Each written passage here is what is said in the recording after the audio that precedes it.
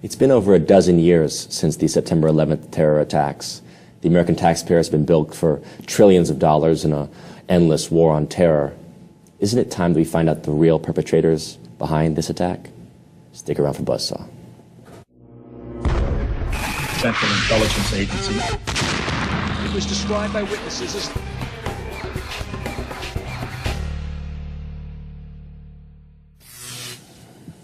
Christopher Berlin used to be an investigative journalist for the American Free Press, and more recently has written 2 books on solving 9/11. He's joining me today to discuss perhaps who the real suspects should be in investigating that crime. Christopher, thank you for joining us. Nice to be with you. To start out, I think we have to ask the basic question, which is, I get asked that as well. Why do you believe that 9/11 is not what the mainstream media and the 9/11 Commission tells us to believe as an al-Qaeda conspiracy perpetrated by 19 terrorist hijackers on airplanes, 4 airplanes that day? Well, it's very simple. First, that the crime of 9/11, in which 3,000 people were killed, was never really investigated as a crime.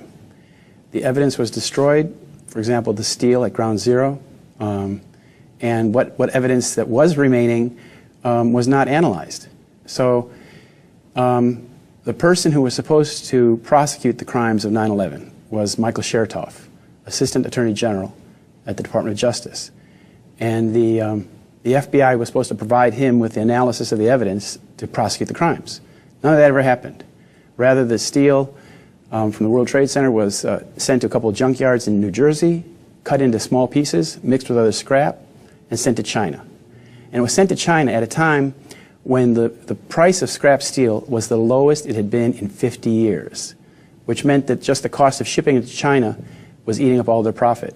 So this was a crime in which the evidence was destroyed, and that was done because an analysis of the evidence would have proven early on what we now know, that the buildings were exploded, the buildings were demolished with explosions, and that the perpetrators were not the Arabs on the airplanes, but the buildings themselves were wired for destruction. And 93% of the people who died on 9/11 died in the Twin Towers. Well, so you said, for example, that there was a profit to be made by selling the scrap. Now, who exactly, was that the owners of the Trade Center buildings that would make profit on that? Well, they called it recycling. And at the time it was going on in 2001 and 2002, the New York media pretended not to understand basically the chain of custody of who was in control of the evidence. But the evidence was first and foremost under the control of the Department of Justice and their sub-agency, the FBI. And John Ashcroft was Attorney General. His assistant was Michael Chertoff, an Israeli national, by the way. And so these people failed in their official duties to prosecute the crimes because they failed in investigating the crime. There was no investigation. So when you talk about the 9/11 Commission report, or you talk about these building performance documents, these reports, these do not replace an official police investigation, a forensic investigation, which never happened. So the destruction of the evidence is itself a crime. And for that crime, you could hold John Ashcroft, Michael Chertoff, and of course George Bush and Dick Cheney accountable because they served beneath him, beneath the government. Mm-hmm. So now we start with that question, obviously, being, okay, if the people that are supposed to be investigating this are not properly investigating it, does that indicate then a level of collusion? Exactly. Now, my question then would be, at what point, I mean, you're at this point a journalist, at what point do you start to say things are not unfolding properly to my, to my understanding, to my knowledge, my awareness of how the world should work, that there's something else going on here, that there's perhaps a conspiracy at work? At what point does that come into your head? I understood that in the first week. I was in New York City on September 11th, early in the morning. I couldn't go to Washington, obviously, so we turned around and went back across Pennsylvania. And as I started writing about it, when I got back to Chicago a couple days later, I could see that the government and the media were avoiding 2 main things. They were avoiding the evidence of explosions in the World Trade Center, and they were ignoring and omitting any discussion of these 5 dancing Israelis. And then these are the guys, these Israeli agents who were caught basically celebrating the collapse, the burning towers behind them in New Jersey. And then thirdly, about a week later, there came out this report about the instant messaging services of Odigo. It's an Israeli company that was based in Herzliya, Israel, and also near the World Trade Center. And some instant messages went out on this text messaging service, Israeli-owned, that warned of an imminent catastrophe at the World Trade Center, and it was sent out about 2 hours before it actually happened.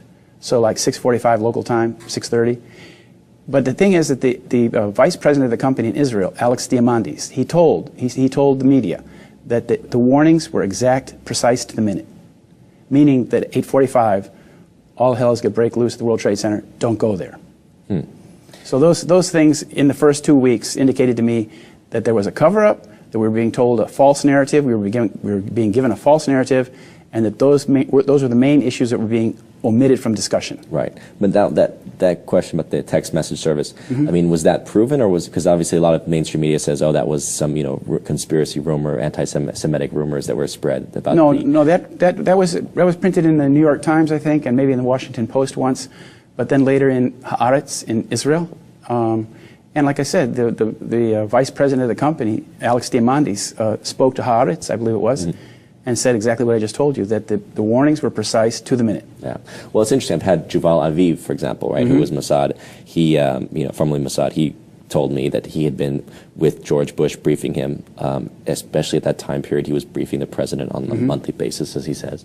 And he basically had briefed him a month in advance about precisely this type of attack unfolding. Now, his claim, of course, was that Bush didn't, heard it, really didn't take it seriously, or who knows what happened. I mean, he would say that there was perhaps a shadow government at play. I won't speak for him. But the point being that intelligence services were aware of the plots taking place. Now, where do you think Mossad fits into this scheming of this event?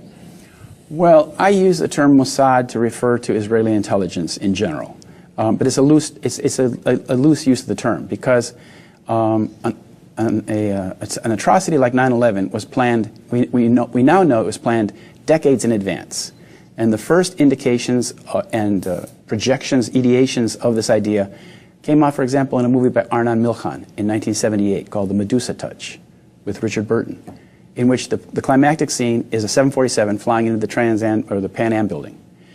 And then,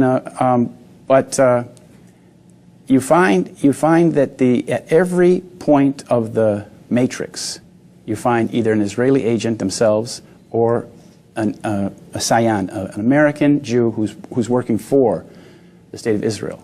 And what we're talking about is a very extreme bunch of people at the top of Israeli intelligence and Israeli military, like Netanyahu, who basically have a psychopathic version of the worldview. And you have to understand that in Israel, in 1976, I think it was, the Likud coalition came to power. When the Likud coalition came to power, it basically brought the terrorist gangs of the 1940s into the top of the government. And it was a very sad day in Israeli history, because it brought these former terrorists like Begin, Shamir, and of course Ariel Sharon into power. And these are people who only know the use of terrorism. That's their modus operandi. And so, when 2001 began, February, we had Ariel Sharon running Israel and George Bush running this country. It was a constellation made for disaster. I mean, we've had Paul Craig Roberts on this show, who was former assistant Treasury Secretary under Reagan, and he talks about the neocon faction. And he said, look, I mean, these neocons, who obviously, a lot of whom are actually joint Israeli U.S. citizens, right? This bunch were basically being, they were imprisoned for their crimes during the Iran-Contra era under the first Bush, right? When Bush was running that operation as vice president, and then as president, he was able to pardon a lot of these guys, right? Guys like Poindexter and Abrams. But the point being that this same crew that's running operations in the 80s is now all of a sudden given another carte blanche access to the presidency through Bush Jr., Part 2. Precisely. And Ariel Sharon was the Israeli defense minister when they invaded Lebanon in 1982. And the atrocity of the massacre in Sabra and Shatila was blamed on him by a commission in Israel, the Kahana Commission. And the Kahana Commission recommended that he lose his portfolio as Minister of Defense, which was taken away. And they also recommended that he never serve in an Israeli government again. But in 2001, he was elected. And, you know, we saw what Ariel Sharon was all about when he went up on the Temple Dome with a bunch of soldiers and basically started an intifada. He started an uprising all by himself. Because this is a man who thrives on terrorism and tension and war. And that's basically that's who's been running Israel since 1976, basically, is these people. And, you know, Menachem Begin, who was the founder of the Likud party, who took Israel into the war in Lebanon, was also the person who bombed the King David Hotel in July 1946. And that's very similar to 9/11 because the reason they bombed the King David Hotel is because it was British headquarters in Mandate, Palestine.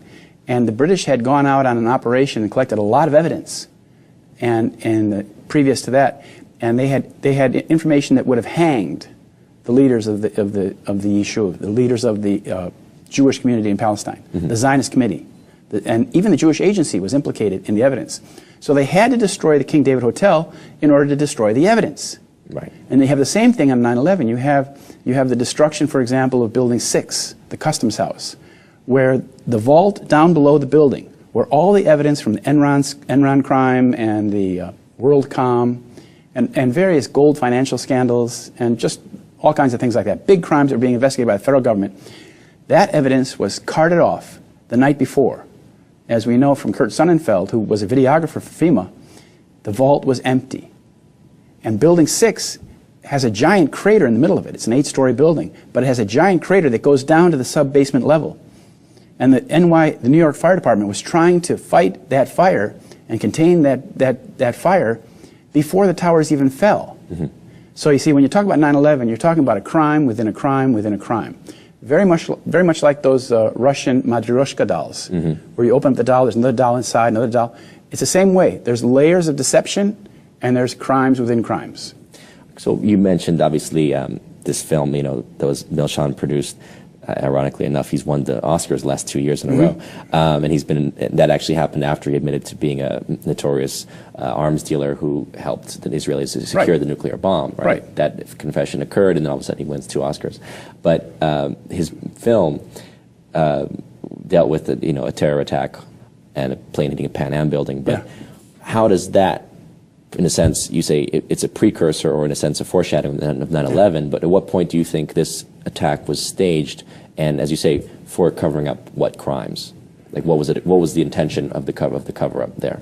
Well, They had to have the cover-up because in such an atrocity, there are 3 levels that have to be controlled. You have to control the investigation, you have to control the interpretation, and you have to control the litigation. So the first one is you have to control the access to the evidence. Because if proper investigative forensic examiners were able to access the steel of the World Trade Center, like the steel of the World Trade Center, this is a place where about 2,700 people died, more or less. But 93% of all the people who died on 9/11 died in those buildings. But that's the crime scene where all those people died. It was literally an American Holocaust because they were being cooked alive above those crash zones. The people who were trapped above the crash zones were being cooked alive, which is why so many jumped. But had that steel evidence been properly preserved and stored someplace and made available for a thorough investigation, then the true nature of the collapse would have been revealed early on. And that would have blown the whole thing out of the water because, as we now know, nanothermite was found in the dust. Basically, all that was left of the World Trade Center after 9/11 was dust and steel. Okay? The U.S. government did some little survey of the dust, and they found that all the dust contained tiny droplets of molten iron, basic little balls of iron. Well, where did that come from? That doesn't fit into the official version in any way, because there's no way that iron could be made molten in a crash scenario like they presented in their books. So, and then the interpretation, we were given a false interpretation of what happened on 9/11 by Ehud Barak, Israel's former defense minister and prime minister. He was in the London studios of the BBC World before the towers even fell. And he was giving this explanation. He said, the world will never be the same from today on. He said, we know who's behind this. It's basically, he says, it's Osama bin Laden. And we know where he is. And he said, now is the time for America to engage in an operational war on terrorism. And that little spiel that he gave on world television, BBC World, then became basically the takeaway from the whole thing. That's what everybody then believed from then on. That was the Israeli interpretation of 9/11. It was there. I mean, it was what PNAC was calling for. The Project for a New American Century was calling for. Right. We need to basically take. We have to basically take onus of becoming the modern empire to secure the world, the world's policeman. We need a real Pearl Harbor, a new Pearl Harbor, to justify it. Precisely. I mean, that's obviously the narrative of the war on terror. But for you saying going back, for let's say a decade or two, in terms of the motivation for this target, for these buildings, because again, we can say like, yes, destroying the World Trade Center has triggered the war on terror to the present day, where we're concerned about ISIS terrorists that have only cropped up because of the war in Iraq and against Syria, and you name it. Like, we're just in endless wars now. But the point being that why the Trade Center buildings? Why these three? Especially World Trade Center 7, because that one didn't even get hit by a plane, and they still demolished it. So something must have been in there that they wanted to cover up. Well, yeah, the OEM, the Office of Emergency Management, New York City, they had a hardened bunker on the 23rd floor. The entire 23rd floor was a hardened bunker with resistance to every nuclear blast, even. I mean, basically, and that, I think, is probably where the people who pushed the buttons on 9/11 that caused the demolition of the towers, they probably worked out of there. Then afterwards they had to destroy the evidence again. But the thing is that in 1979, the founding head of Mossad, his name was Isser Harel, in 1979 he predicted to an American visitor, a Zionist mercenary, what do you call evangelist, a TV evangelist, named Stephen Evans, or Michael Evans. He told him that in 1979 he said Arab terrorism would come to America. And when it does, they will attack your tallest building in New York City. Because he said, for the Arabs, that's like a symbol of your fertility. And he made that prediction in 1979, and 22 years later, it came true. And, in my book, Solving 9/11, I go to the historical, I start from the history. And I explain how Israel has done this kind of thing before. I explain the motivation. I explain also how they were setting up the crime. Well, you talk about false flags, for example, how they've, are notorious for being able to create sort of, whether it be the Palestinians, for example, creating terrorist groups or networks that may either ultimately, like Hamas, for example, many people say was originally, in a sense, not necessarily seeded from Israel, but they did allow Hamas to operate out of Israel proper, right? And ISIS or ISIL or IS, Islamic State, it's. For example, all the videos we're seeing now, well, first of all, false flag terrorism has now become the new norm. After 9/11, that's the seminal event of our time. But afterwards, like the recent events in Denmark and in Paris and in Kenya, and many of these attacks, most of these attacks are more of the same, false flag terrorism. And so what I recommend to your viewers, is that they read Jean le Carré's book, The Little Drummer Girl. Because in that book, it was written with the help of the Mossad. They explain in the 1980s exactly how Israel sets up such things like the Paris shooting or the Danish shooting, and how they do it.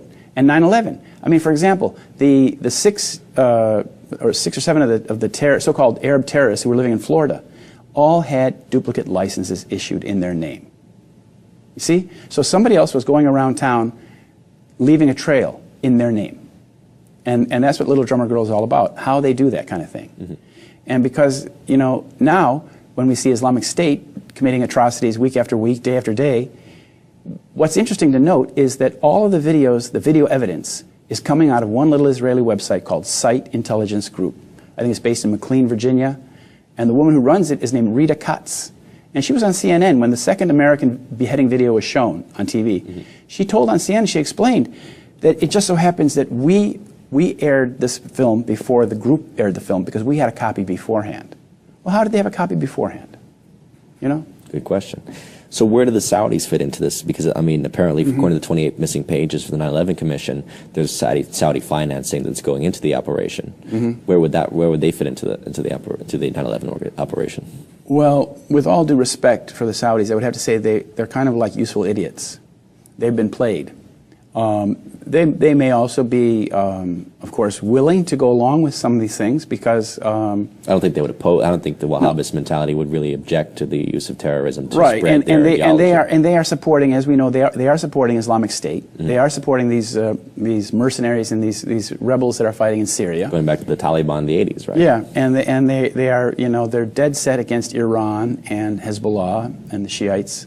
So, but the Saudis, when you talk about those 28 pages, I don't know what those 28 pages say, but when they talk about Saudi involvement in 9/11, that is not consistent with all of the information that I have found, is that at the architectural level of this crime and the managerial level of this crime, the people who ran it, thought about it, conceived it, and then managed it, they're all Zionists, not Saudis. So, as I said, the Saudis were probably played or used or just useful idiots who were able to be snookered into a position where they look indictable. Right. Like they look culpable.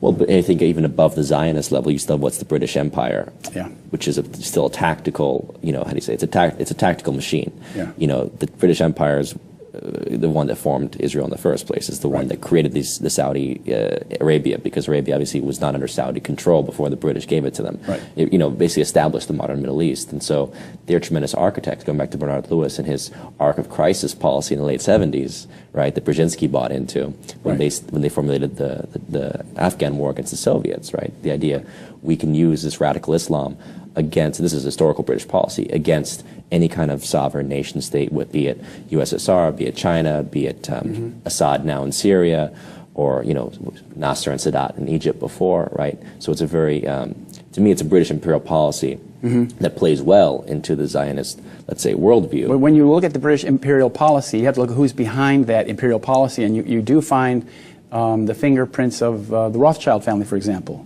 The Balfour Declaration, which created the state of Palestine, it was basically like the birth certificate for the nation in 1917, was addressed to Lord Rothschild.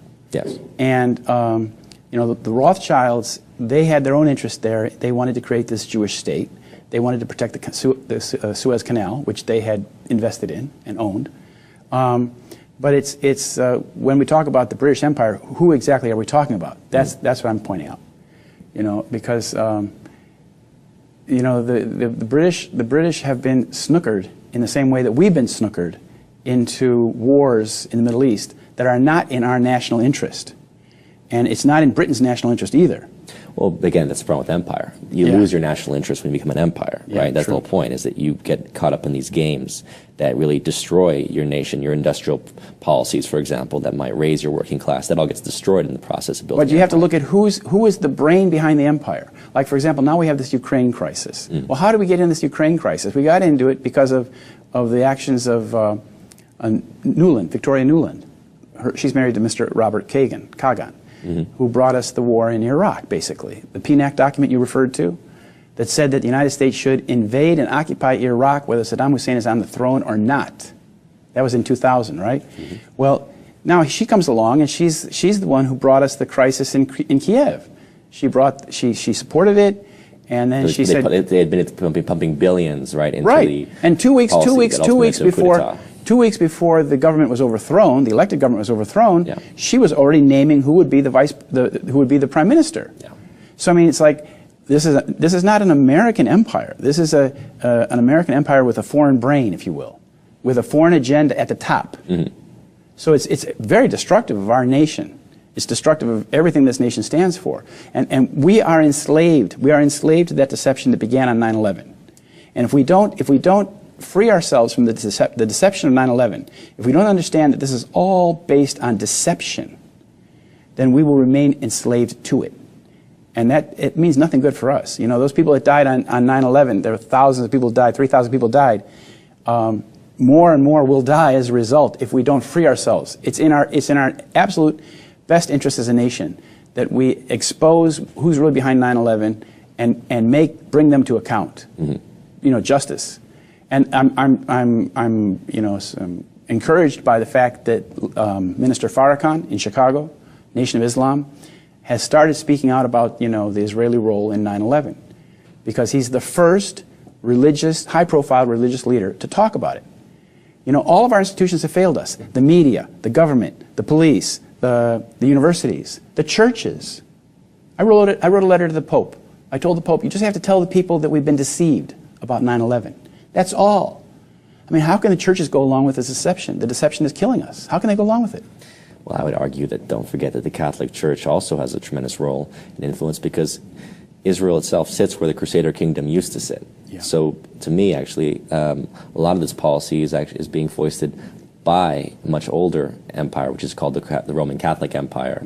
You know, and again, I don't look at it like a Zionist influence over the British. I think the British have a much older game that they play, and they've used Zionism as one of their tools, just like they've used fanatical Islam, just like they've used, you know, our war parties. It's like, again, it's a game as old as empire. Yeah. But to get back to the real Sure. motivation behind 9/11, in terms of the towers. Yeah. So the target, again, being what exactly do you think in those three towers? Because we know, for example, that, you know, Euro Brokers and Marsh McLennan were two of the companies that lost over 500 people Right. out of a 3,000 people dying. Right. To lose that number of employees indicates perhaps those were the marks Yeah. and the targets. But why? Yeah, well, you know, one thing is that, as I said before, evidence of crimes, evidence of the big crimes of the 1990s was being destroyed systematically. As we know, Rumsfeld came on TV on the day before 9/11 and said something like $2 trillion was unaccountable for from the defense budget. And then, you know, the missile... Dov Zakheim was the controller that Yeah, day, for Dov example. Zakheim was the controller, and then the plane that hit the Pentagon went into, or the missile, went directly into the accounting office where that money was being, you know, sought, looked for. So... The books. Yeah, the books. And the same thing, like, both airplanes went into secure computer rooms in the Twin Towers. As you said, Marsh McLennan went right into their computer room, the first one. But that brings up a whole other thing, because when we talk about Marsh McLennan, we're talking about Maurice Greenberg and Jules Kroll. And Jules Kroll Associates, had control of the security for the building, you know? And Jerome Hauer had worked for them. Jerome Hauer then appeared on TV in San Diego on the morning of 9/11, again blaming Osama bin Laden.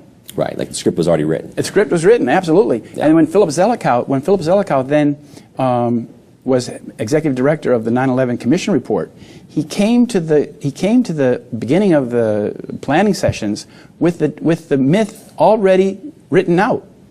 He's a myth maker, basically. That was his specialty in college. He wrote his thesis was the creation and maintenance of the public myth. And then he gave us a myth, he wrote the myth, and all those bullet points, all of those points and titles and subtitles of that myth were already on paper before the people even started talking. So you see, that's... So you mentioned Maurice Greenberg, who's AIG, right? And AIG Yes. people know from the financial debacle in 2008.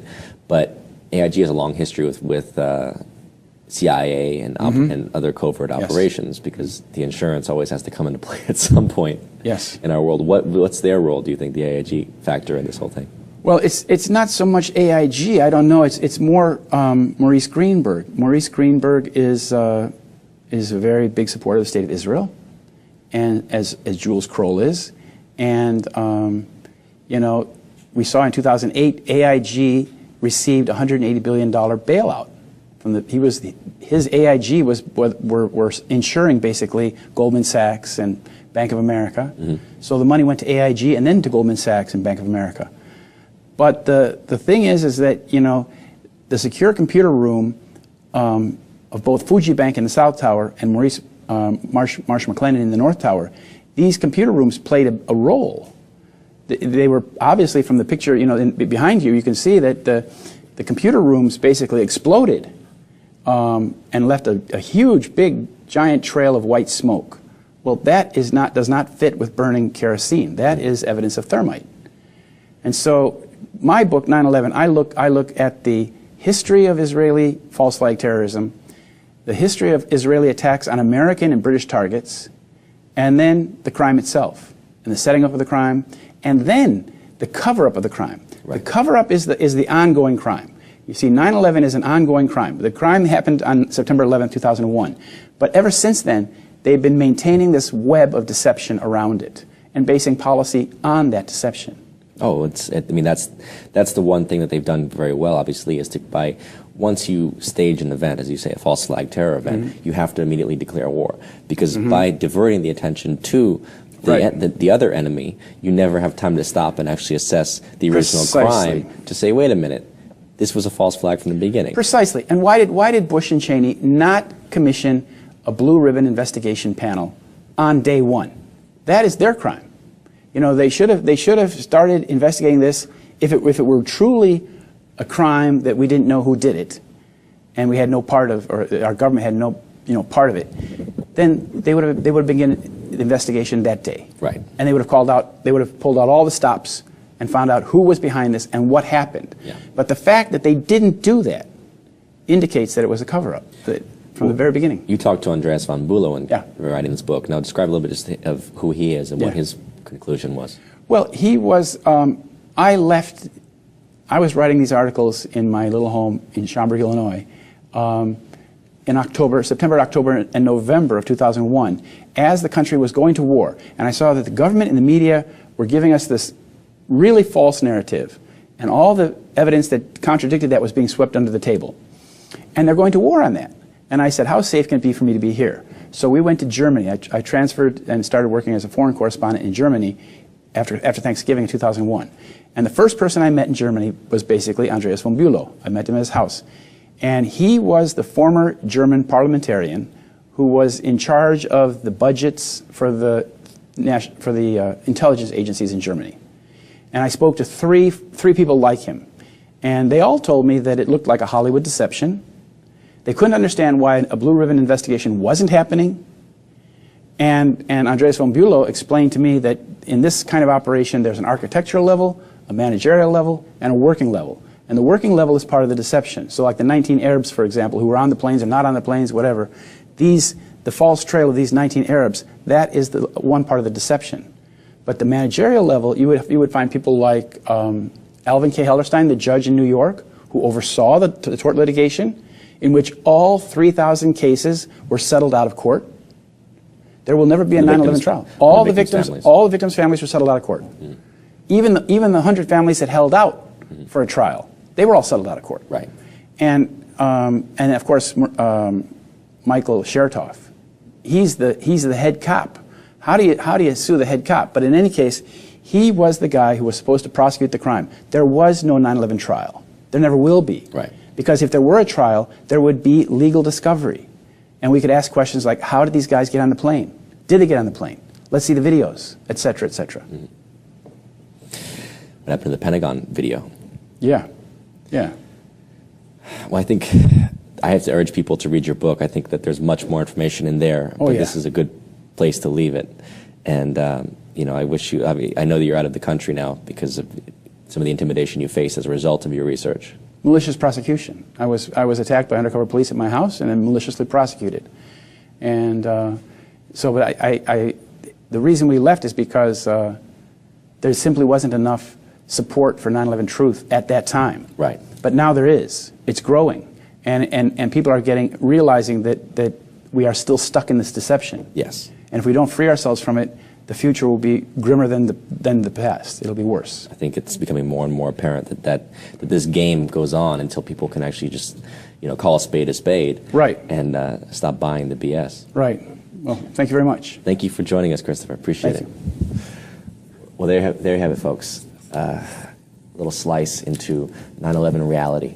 Let's hope that you check out Solving 9/11 and start to realize that the events of that day were not as they appeared on the TV screen. That was a tremendous magic trick that was played so that we can be in this endless war of continuous militarization of not only abroad, but also domestically. And it will carry on until we start to actually call out the criminals, the real terrorists that perpetrated it.